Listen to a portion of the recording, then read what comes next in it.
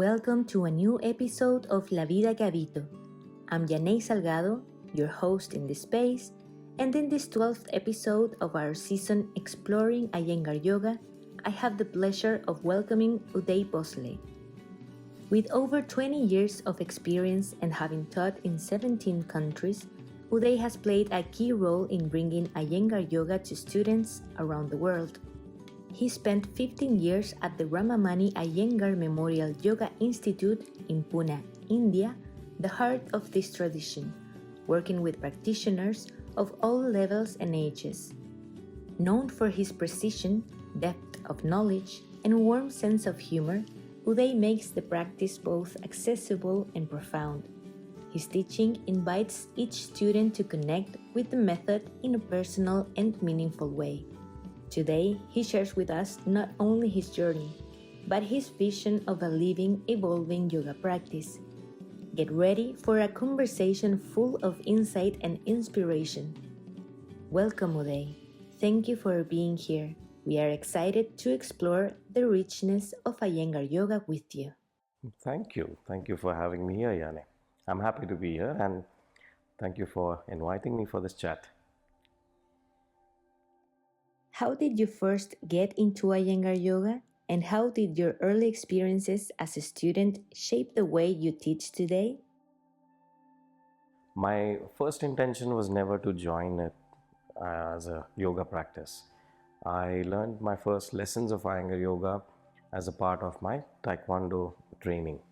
So my then teacher, Ali Dashti, he was a senior student of Guruji, and I used to learn Taekwondo from him. He used to blend it along with our Taekwondo practice, and he used to explain us how it was important to injury prevention, how it is going to help us in our practice, and we could start feeling the change, feeling the difference, and that created the interest in me. And then when he saw my interest, he guided me to the institute and said, this is the place you can learn more from. So initially I was reluctant. I was just a teenager, like 18, 19 years old. And that time being introduced to the yoga practice was not really keen. I was happy and proud of what we were doing. Taekwondo was quite demanding, 3 hours in a week, but those 3 hours would shape the whole week. It was quite intense. So I was never that keen about yoga practice to begin with. Once I happened to come to the institute, I realized, wow, this is a place of wonder. And since then, I've been just counting my blessings there, being happy or grateful to just be present over there. As a teacher, how it shaped the earlier years. So, I mean, when I started in those early years, I had never thought that I'll be a yoga teacher. So, there was no thought about how I should involve this in my teaching. But I was teaching Taekwondo as I took over from my teacher. I was running the Taekwondo classes then. And there, that blend, I continued to teach as I was being taught. So, obviously, the learnings which I had in those initial days definitely helped me continue with my Taekwondo teaching there. So that was the initial part where the teaching happened. But thereafter, there was so much to learn at the institute. And before I was actually teaching at the institute, a lot of learning happened there. So the initial days helped. Of course, it helped. That initial experience was important as well. What was it like to be so closely involved with the Ayanger family for such an extended period? How did your experiences with Guruji, Gitaji, and Prashantji influence your development as a practitioner and teacher?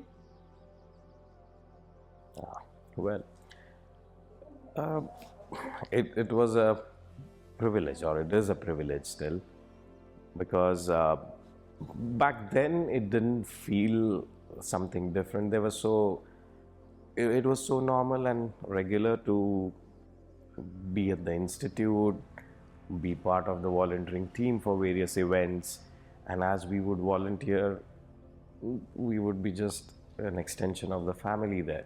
So we were never made to feel different or separate like that. And that's why it didn't even occur to me at that time that this is something different, or this family is like such a great family, and what privilege I'm having to be in their presence. But then, yes, obviously, as I started understanding, as I started seeing things like how people travel from all over the world and how precious they find the time that they spend at the institute, that's where I started to realize that, oh, I'm being so lucky and fortunate to not just be at the institute, but be so close to the whole family, be able to do some work for them, be able to like do the volunteering part at the events in institute. So that again made me feel far more fortunate to have that privilege position or existence there, being friends with the colleagues over there. So it was a wonderful place. I mean, I was more happy being there, doing some or the other thing, if not being in the class. Doing some work over there just kept me happy with the time spent with friends over there. So as I calculate now, I spent far more time than my actual college and school classes, which I should have. I was far more at the institute there, and happily so. Whenever I went to colleges, it was just because if I had not been there, then I would be in trouble. So I had to stay out of trouble, then I had to attend there. So that is how I feel about being at that place. Experiences with Guruji, Gitaji, Prashantji, if we have to separately select. With Guruji, the experience is always, initially it was, I could see him around, I knew he was a big personality, people revered him, and like everyone else, I would go and touch his feet, he would smile. That was the initial interaction for some time. But apart from that, I was happy to keep the safe distance. I mean, I didn't want to trouble him, or I didn't want him to even notice me for whatever reason. It's good, nice. But yes, his eyes were not something that he would easily escape. So I'm sure he kept observing. My learnings mainly in those initial years at the institute happened with Gitaji's classes and Prashantji's classes. And that is what made me understand, realize like how interesting, exciting this whole thing is. And it's not just about like the initial, what I knew. I thought during those taekwondo years, as I achieved my black belt as well, I know quite a lot. I have learned. I used to be confident in my taekwondo classes teaching. So I knew. I know that. But then as I attended these classes, it was like, my God, that is something else. What these teachers are saying, it was literally like some experience which I'm having, and that experience was being instructed. Some difficulty I was having while performing, while being in the class, and that is exactly referred to. And it's almost like the teacher is reading my mind and instructing the next steps. And that was something unimaginable, or I didn't even think of it, that something like this can happen. And that fascinated me. I feel this is something I should learn, or it would be great if I can learn like this, be able to say or teach like this. So I think that is what I can recall, that the first instance where I felt this is something I should know, or this is something I would like to share. And so with Prashantji's classes, again, his teachings were where he kept us in check, because as years go by, now I realize that all the more what he was saying. Back then, it was definitely not pleasant to hear, where he was saying that you youngsters should not become teachers at once or that soon. And I used to feel like, why? We should allow us to, means we should get trained. It's not like I had the pride of becoming a teacher, but the earlier we start, the more we learn, the more we get the experiences, what my thought was. But then what he was saying is, the sooner you start, there is a chance that sooner you get distracted thinking that you are in that commanding position. And as you get into that teaching, as you start dictating, commanding, getting the class moving on your commands, on your words, it can take your ego in a different direction. And as time passes, this is something which I keep reminding myself again and again. That was the important lesson, I think. So while everyone is helping us to learn and understand more about the subject, he was definitely balancing it with keeping us in check as well, not to deflect or not to waver away, or not let that pride set in. I feel that is quite important. So yeah, it's a privileged position and blessed situation there that I had, as some of our colleagues as well. I feel anyone who's been there is going to say this. Having that gratitude for what we have, it's actually a important important practice. It's a sutra as well about santosha anuttam sukha labha, which means that santosha, which is contentment provides you with immense happiness. Anuttam it's like it cannot be superseded, or it is that kind of happiness which has nothing which can cross it over. So gratitude is for that, right? Contentment it's important.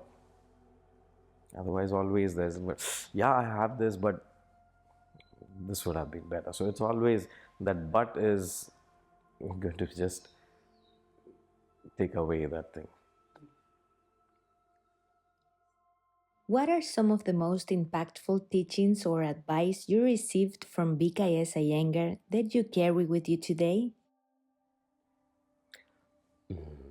Well, impactful, as those who know him, those who have seen him, the personality itself was impactful. So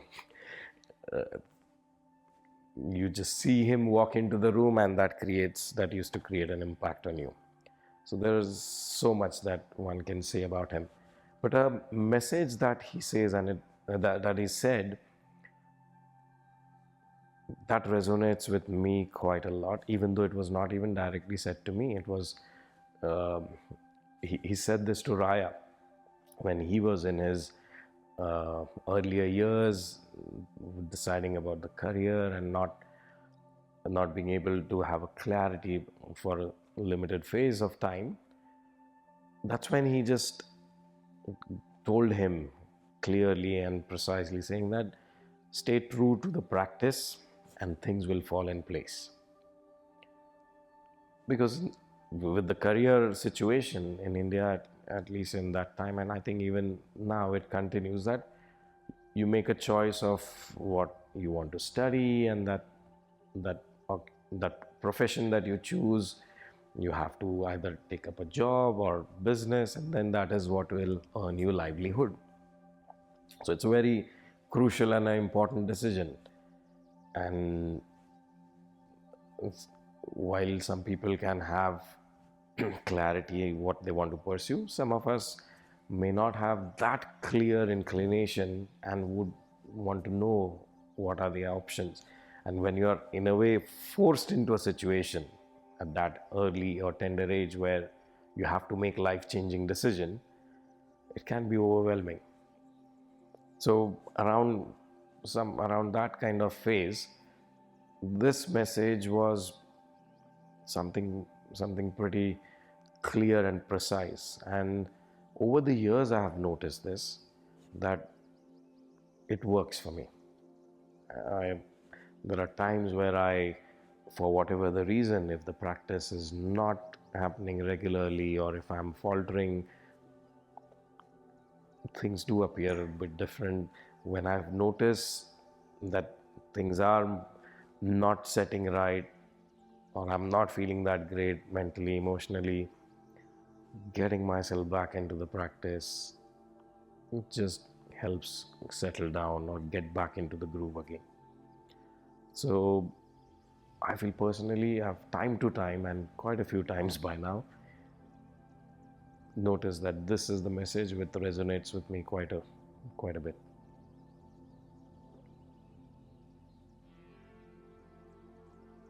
Okay. Stay true to the practice, things will fall in place. If you keep worrying about how's this going to happen, how's that going to happen, and so all that future worry, I think it's great to bring yourself in the present. Start with your practice. Whatever you need to do, you continue to do it. Things will fall in place. Because otherwise it creates unnecessary anxiety about either the future, either the past. I haven't practiced for 2 weeks and I've been missing and blah and blah. So you may come up with excuses if you're trying to tell someone why I haven't been practicing. And I can give an excuse and convince you, make you feel that genuinely this was the reason for it.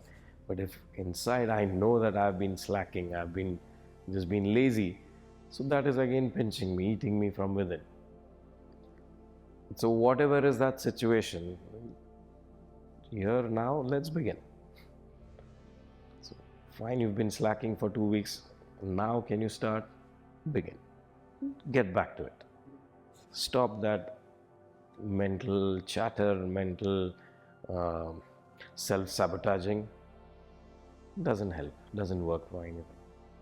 And if you're worried about future, how am I going to do this, that, what will happen as I move next to Brazil, what am I going to do there, what am I going to say? Continue with this, things will fall in place. And it has worked so far. What were some of the biggest challenges you faced as a student of Iyengar Yoga, and how did you overcome them? Challenges, well, obviously the whole process of learning is challenging. There is whatever is said, trying to follow that. First of all, in the advanced classes, when I happen to get the privilege to be in those advanced classes, the instructions would not even go as a tangent, because tangent at least touches at a point. They would go far from a different height altogether. So to just grasp or make sense of what is being said, that perhaps was the first big challenge. As time passed, as things start making some sense, obviously the the guidance or the corrections which we would be told, and that started evolving, developing in my practice, and then it started becoming a bit more manageable, understandable, became much more interesting as well. Not that, again, not claiming that I was understanding each and everything.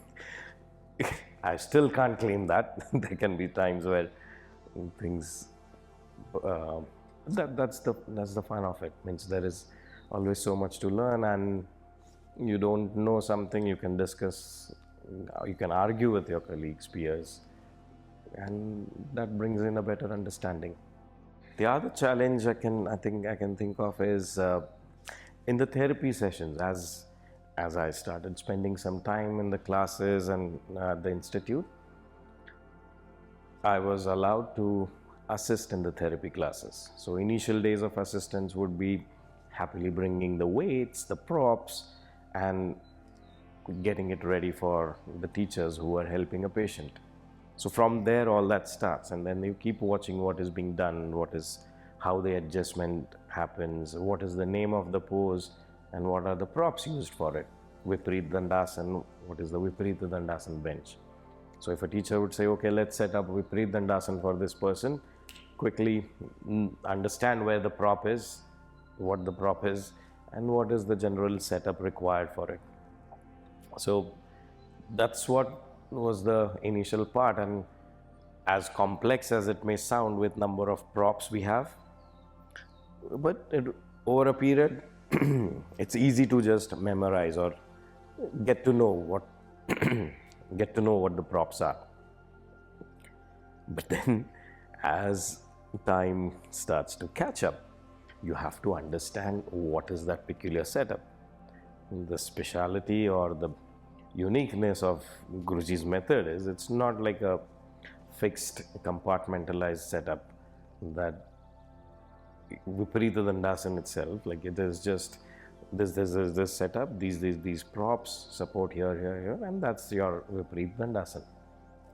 You can have a broad description, but when a therapy session starts, the adjustments are so bespoke, depends on each patient, and that took time to understand. Perhaps I learned it the hard way. The story or the incident which comes to my mind is Guruji would help in these, or help as in he would walk around and correct and guide the students over there, and the assistants would help accordingly. So he once had one of his elderly student who used to attend his classes back in the day. So one of his student came to the therapy class with whatever the condition was, and Guruji would dictate his sequence, what he is doing, what he should be doing, and assistants would arrange it accordingly. So we had to arrange Viparita Dandasan for this old man, but it was not the regular bench. So we had a setup of 12 bolsters, and that is how the Viparita Dandasan was arranged on it. And because it was a unique or a different setup, first time we had seen, I was asked to take a picture and just keep it, because next time we want to set it up, we don't want to ask Guruji again, Guruji, how do we set up? Please tell us again. So fine, we took a picture ready with me. Next time, next session, when this person was there, again certain things were done. Guruji would tell what to do next and how to do, and things kept on happening. Time for Viparita Dandasan. I said, okay, great, I know the setup, I'll arrange it. I told my colleagues there, got 12 bolsters, set it up, verified, set up ready. Said ready, let's get the gentleman on the pose. We arranged him, got him into position, pretty much similar to, I found it pretty much similar to what we did on the prior class earlier.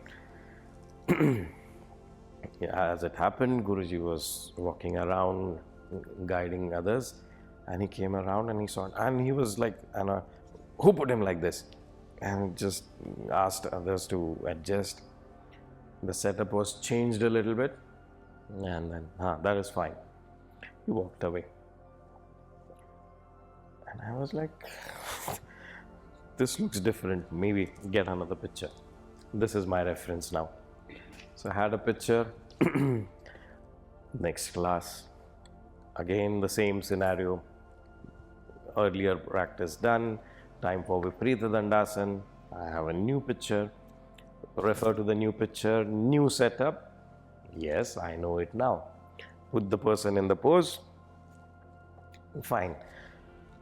Checked it twice, everything looks fine, better, like the new picture which I have. And again it so happened, Guruji walked around and he was, who put him like this? Why can't you understand? Why is this Viparita Dandasan being done this way? Again, everything adjusted and person is set up in a different position again.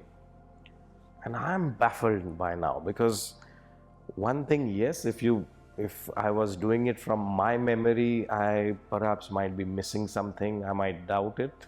I have a visual proof.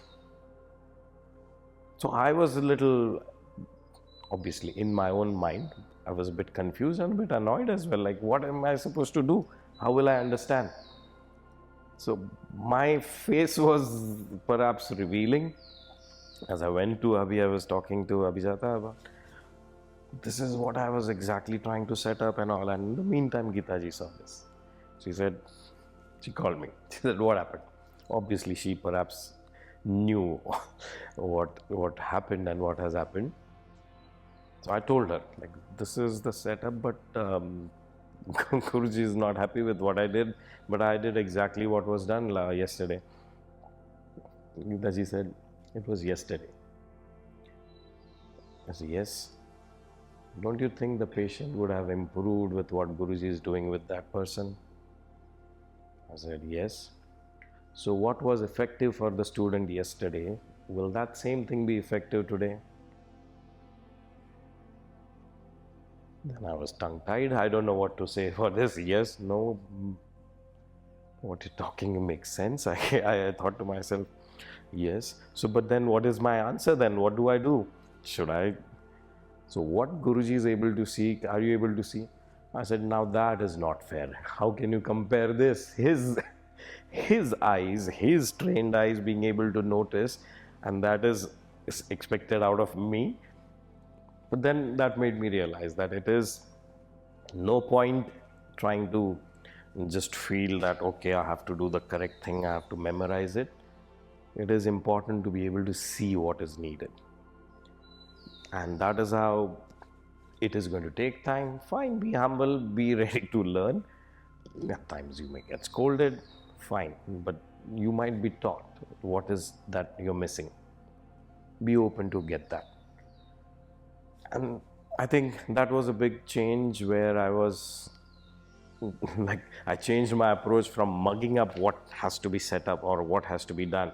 What is the setup? What is the sequence?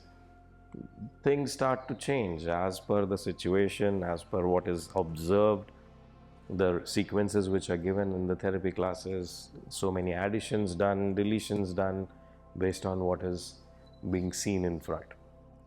So it was quite interesting to learn from there. It was challenging as it was in the beginning, but that made it more interesting. That was fascinating. Why suddenly something was taught differently to a person, and the same pose in a completely different way for the same problem, but a different approach for another person. So call it challenge, call it interesting bit. That is how it was in the beginning. Still continues. How has your understanding and approach to Iyengar Yoga evolved since your early days as a student? Okay. Understanding and approach. I think in the initial days, it was pretty much more, as I revealed with the earlier story, I was trying to memorize what is being said, what is being mentioned, and then trying to just repeat it or mug it up in a way. Like a particular asana, this is the setup, this is the prop setup, and this is how you can do it. Then another variation taught, oh, there is a new addition, new points. So I was perhaps a bit more attracted and focused on just memorizing certain things like this. But over a period, as I think every other teacher would say who has been with the system for some time, that memorizing is not the right way to just mug it up, because being able to understand, as I was giving the example of having the picture, the more time you spend at the institute, the more time you see different patients being treated, you will have a big library of these pictures. But the problem is, now if I have hundreds of these pictures of how to set up, which one is the appropriate one for the person who is in front of me? Having that understanding needs a different approach.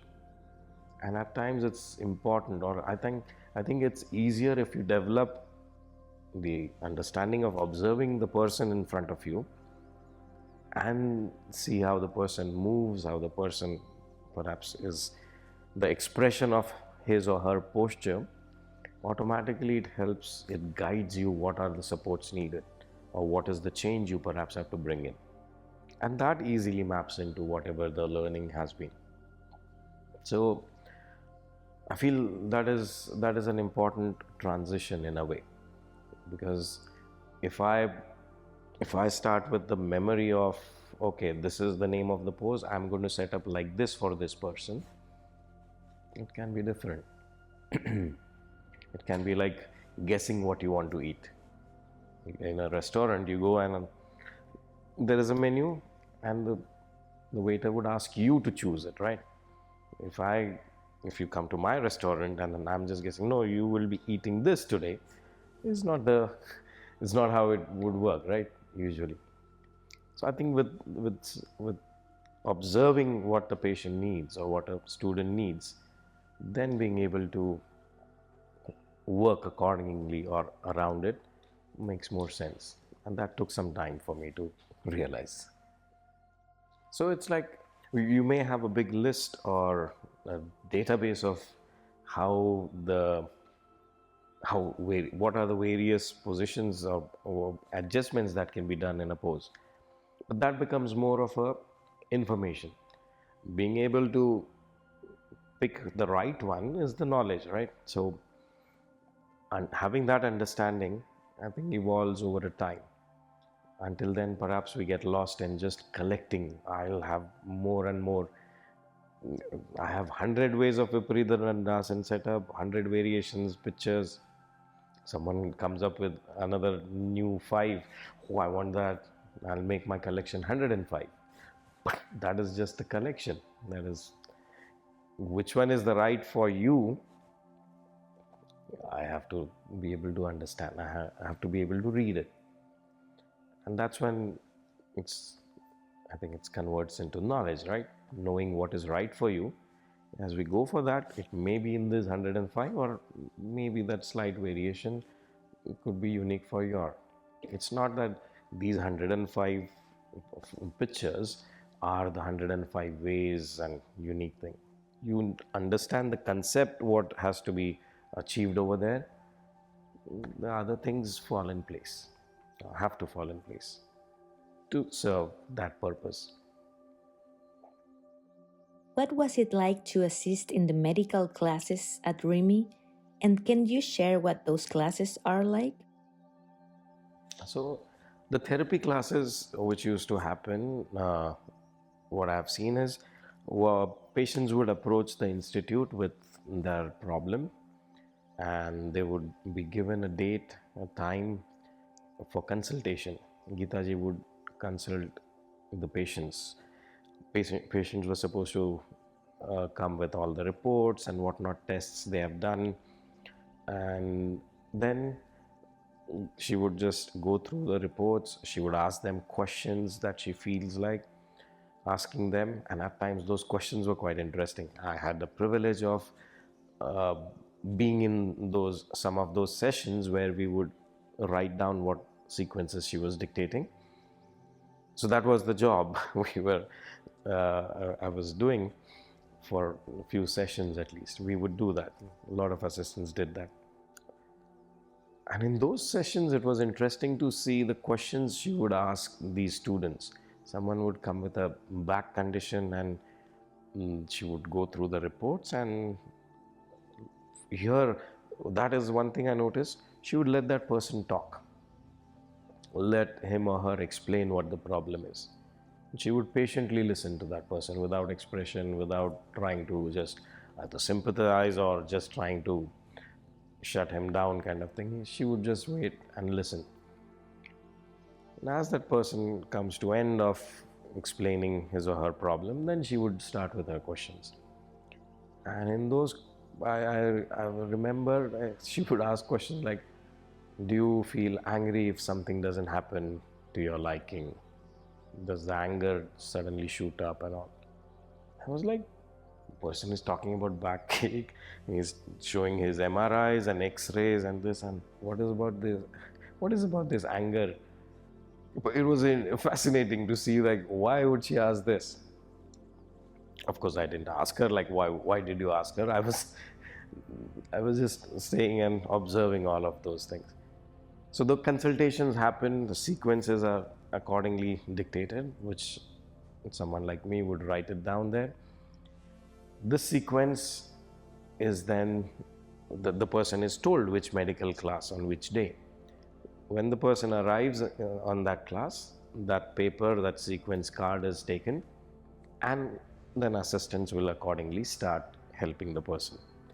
As the person is taken through the poses, at times it is important to notice that the list of asanas would be more, but there would be certain asanas which are marked, and those are asanas which we will start with. Not everything will be done on the first day. So maybe first 2 or 3 months there will be only selected asanas which are taught, or which are made, the person is made to practice. In time, as Guruji, Gitaji would find that whatever progress they are expecting is happening, they would say, now add this one, now do this one. They would perhaps add something else into it extra. So the change in that sequence happens as per what is happening, how the patient is evolving or changing in the due course. And that's how, as the patients start to feel better, as they are moving better, as they feel more confident in their movement, and as the teachers felt that, okay, now they are fine to go towards whichever other class, either beginner's class or to any other class which they should be doing, they were directed there. So in general, the therapy class, the medical class in Pune functions in this way. So it used to function like that, and still I think it is still the same way it works. So the consultations happen and the sequences are prepared. Then these days, as the classes can be a bit more segregated, if you have similar kind of problem and more patients, at times they are worked upon together, instructed together, set up together. So that's how the therapy class usually works. After living in the UK for a decade and teaching in different countries, what differences have you noticed in the way Iyengar yoga is practiced or evolves outside of the RIMYI? Okay, so with the time that I've spent in the western part, outside Western countries and outside Pune, I have seen certain similarities and certain stark differences as well. Similarities is, I think, in some ways you can quickly realize an Iyengar yoga practitioner, and in the classes you would see the way the person moves, the way the asanas are appearing to you. You can realize this, if that person has practiced Iyengar yoga or perhaps comes from some other background. So that becomes quite evident, and it is after coming to the UK where I actually got introduced to the names of different schools. I was in Pune, I was happily busy. I didn't even know that there is some other form of yoga which exists. And I was never felt the need or necessity to try out something different, because it was so fascinating, and I was, as I mentioned, I was so blessed to be in that place over there, in proximity to these great teachers. So my awareness or knowledge about different other schools' existence came as I moved to UK. So you can clearly see the differences. Certain differences at least are visually noticeable there.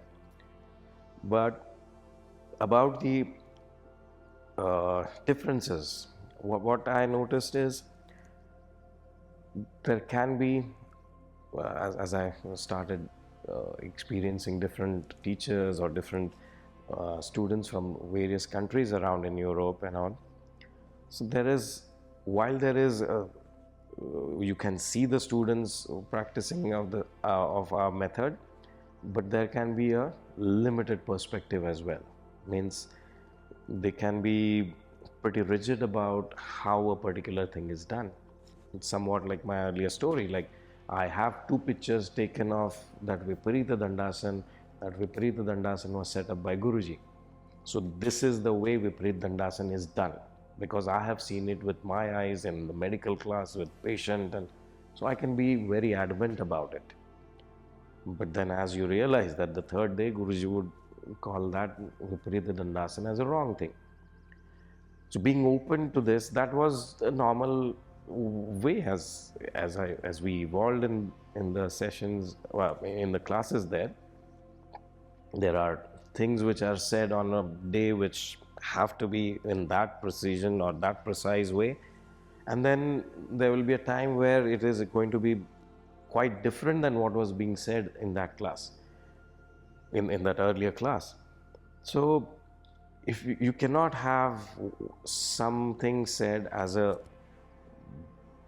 engraved marking on a stone there, because the context is going to change what is being said and what is the right thing in that point of time. So that was the normal way of experiencing and learning at the institute, which, coming to the Western countries, I realized that not everyone is having that kind of openness or that kind of understanding. People started being rigid about, I noticed the rigid behavior about this is the way, and Iyengar method is this way. And that's where perhaps I found the purpose of being here as well, because I was just trying to share, not that getting into the confrontation, this is wrong, but let's understand, because it's important. If we have a limiting view of something, let us sit, discuss, and let us understand what I have seen. I would like to bring in and share it with you, see if it works, if it makes sense to you, and then we can at least agree on something or agree to disagree on something. But then the system can evolve in that way. So I found some places there is a great scope of having this kind of discussion, this kind of exchange perhaps is needed as well.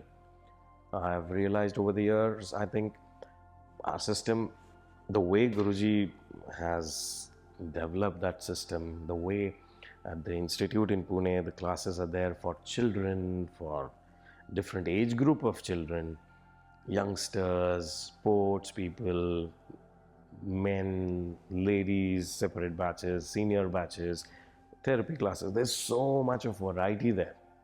Even in a class where you would have different age groups, we would get them doing different things. So it's such a flexible and a bespoke approach in that system there, and that can be spread, or that can be made appealing to the younger generation as well.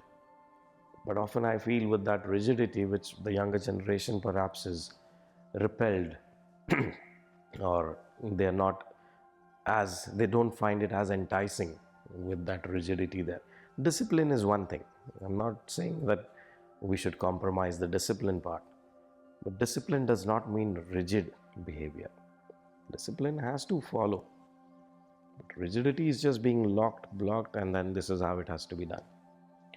So I feel somewhere if we can have some way around it, understand how things can be made interesting and understandable, approachable, I think even youngsters will find it much more enjoyable joining the practice there. I feel again these online sessions is an important integral part of the system now, and we should have it, because there are so many people who are not willing to travel. And as I have come to these Western countries, I've realized like there can be so much of restriction people may have for being able to travel to Pune. As much as they want it, as much as they're keen to do it, family circumstances, jobs, there are so many other things like which cannot or which do not allow them to move, and they end up missing on it. So if they have this availability of participating in the classes, observing the classes around the year, that's a fantastic thing, a never before opportunity. Because all the previous years, whenever the teachers would go, they would go for whatever fixed period. So the learning, I feel somewhere maybe that is the reason that within that confined period, whatever the learnings would happen like that story of my Viparita Dandasan. So I have seen it there, I have seen it then, and it's with my eyes. It was being told like this, and I can have that as a fixed concept in my mind. And maybe whatever is happening during that duration of a month, 2 months, even maybe 6 months, that can become my boundary of knowing the subject. 1 month, maybe 2 months, maybe in 6 months, maybe wider. But then it still doesn't give us an idea of the vastness that is possible in the system. So now is a great opportunity where we have constant access to the classes which are happening there, the way it is being taught. Of course, the medium is different, so there is going to be change in that teaching as well. And all of these things we have to be open to adapt and learn and change along with time. So these are, I think, important aspects which we all should be considering and thinking to move ahead with the time. If we remain again rigid with that past, whatever the nostalgia, not that discard, I'm not at all saying that that is now outdated. That is there, but how are we presenting it? That mode, method, means, that can change with time. And it is important to have that understanding. With your experience teaching students of all levels and ages, how do you adapt your teaching methods to meet the diverse needs of your students? So again, this is something I feel is a unique feature of Guruji's method, where based upon your age, you can have the practice differ. The way the classes are taught can be completely different. So it's still Iyengar Yoga, but based on your age group, you will have a different flavor of it, or different, or almost like a different version of it. Because in children class, the way Iyengar Yoga is taught is completely different to what it is taught to grown-ups, or even sports batch as in, or even athletes or different sports person coming from various backgrounds. Depending upon what sport you play, the way you're taught will be different. So there is a unique approach to various age groups and your profession, various professions as well. And as confusing as it may sound initially, it's that much more interesting. It's again looking what is in front of you, what is that person needs. For example, children don't need that philosophy and the sutras to be taught right there. They have abundant energy. That energy has to be dealt with, and perhaps one of the major problem in the modern day is that energy is not put to means it's not consumed, it's not utilized. They spend more time sitting, studying, and perhaps on the screens, where the stimulation is to a greater extent, the mental stimulation, but the physical part, making them work, run, that is perhaps not happening as much. So the classes where children are active, dynamic, they're taught with fewer instructions, quicker movement, quicker changes, or breaking the predictability as well. You do not let the children class become predictable. Okay, you've done this on the right side, so now what is obviously going to be is the same on the left. As soon as the children start to guess this, surprise them. That is how we keep their interest in it. So knowing these tricks and ways to keep children involved with the class, not get them distracted. Too much variation and then they are confused. Too much repetition, monotony, and then they are bored. So having an understanding of this, catching that nerve of the class, looking at their eyes, all of these things were told and asked. As teachers, we were asked to observe, see what their eyes are telling you, and based on that, you can change what needs to be done in front of them. So children class like that. If you have people with a middle age group, let's say, you can assume they will have certain conditions depending upon job profile, maybe back condition, maybe there are conditions which you need to it may not be a big problem as such, reported as a medical or a therapy condition, but still needs to be dealt with. Some aches and pains, common areas, shoulder, back, this. So structural problems which arise due to, let's say, sitting, traveling, you have to deal with those. You have to take those into consideration. A student may not even at times reveal that he's having a little bit of achy feel in the back, or a bit more stiffness in the shoulder, or some other thing. But then we have to consider that and accordingly get them to prepare and work further in whatever asana, whatever sequence we are going with. There you cannot be fast like a children class. Senior citizens have a different perspective, different setup completely. What is perhaps the main motive there is to keep them mobile, to keep them moving, maintain whatever the range of mobility they have in their joints. So accordingly, you'll have to change your approach. You cannot be as demanding as you are with youngsters. So all of this is different with different age groups. So as a teacher, we have to change, we have to adapt. Again, as a teacher, if I am rigid with whatever I've learned, this is the photo I've taken of a particular pose, and this is how it should be done. I cannot go on forcing those corrections in a children class, and I cannot go on enforcing the same kind of corrections, adjustments in a senior citizen class, because I have learned it like this from the source. That will become irrelevant. So as a teacher, we have to learn to observe, we have to learn to adapt to what is seen in front of you. So I think that is an important question, important learning as a teacher, and it should keep evolving. It should have a feedback.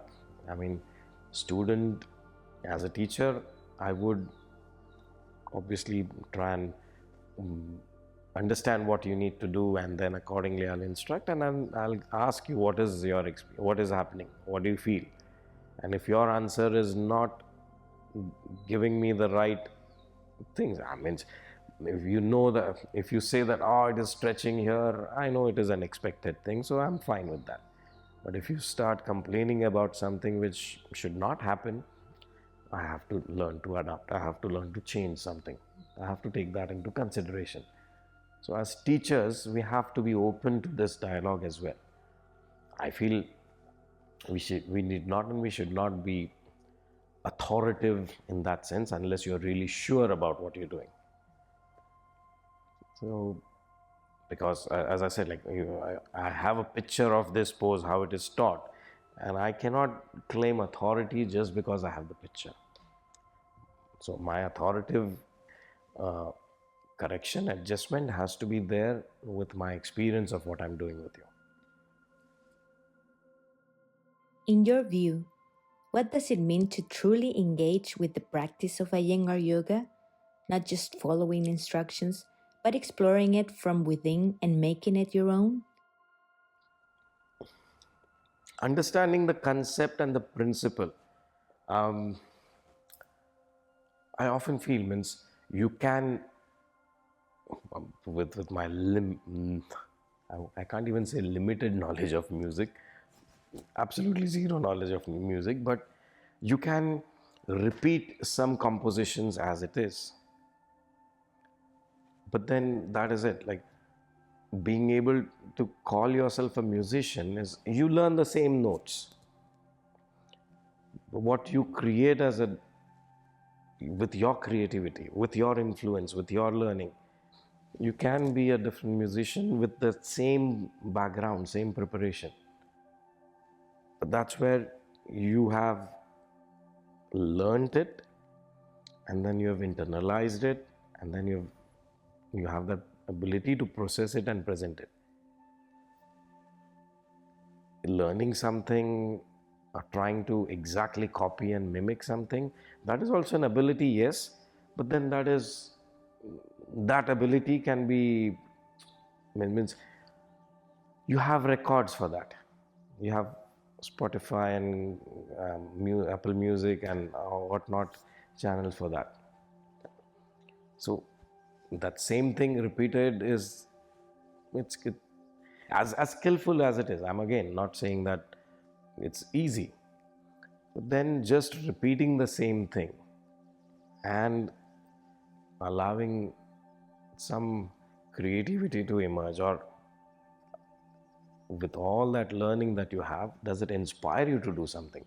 Creativity is one thing, but getting inspired from that, I think it is important somewhere. I don't know if it uh,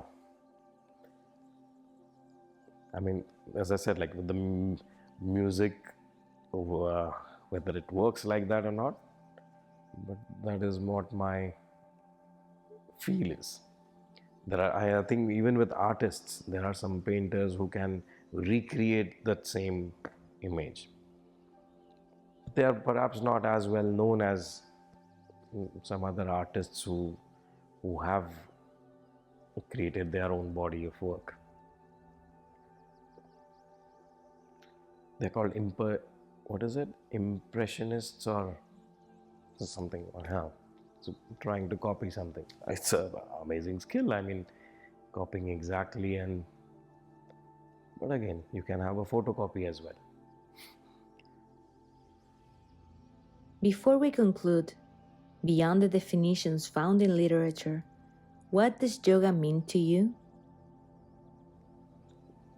Okay, so you've ensured that I cannot take help of what the literature is, and I have to put it something in my words there. Okay. I mean, what does yoga mean to me? I I can't stop feeling grateful and lucky for what it has done to me. And at times I end up questioning as well, am I really worth it, or am I really, I mean, why am I so uh, lucky to have all of this, what yoga has given to me? What I look at it as blessing of the teachers and everyone, parents, teachers, family, God. So it has shaped. I can't even say that how it is, what difference it has made, because it has been part of my life for these many years. I started at the age of 18, 19 at the institute, 5 years before that, along with Taekwondo. So first instance was around 93, 94 perhaps, when I did a Trikonasana. And since then, it has been part of my life. So I don't know how I would have been without practicing it. And now I get to share this with students, not just where I live in England, but neighboring countries, over in Europe. Here I am with you in South America, traveling around different countries and being able to happily share it, being well received, well appreciated in a way. It's a touching, heartwarming experience for me too. And it's all thanks to Guruji, his work, his children, his family, all the work they have put in. So I feel fortunate to be able to just share this and do what I can do with whatever limited understanding I've had so far and grow in it. So yeah, it has been a fortunate experience all this while. We've come to the end of this episode of La Vida que Habito. My heartfelt thanks to Uday for his time, generosity, and the depth of experience he shared with us today. And to you, thank you for listening. Your support and enthusiasm keep this project alive and meaningful. If you enjoyed this episode, consider subscribing so you don't miss what's to come. If you'd like to support La Vida que Habito and help us continue sharing inspiring conversations like this one, you'll find a link in the video description or at lavidaquehabito.com. Until next time, take care and keep practicing.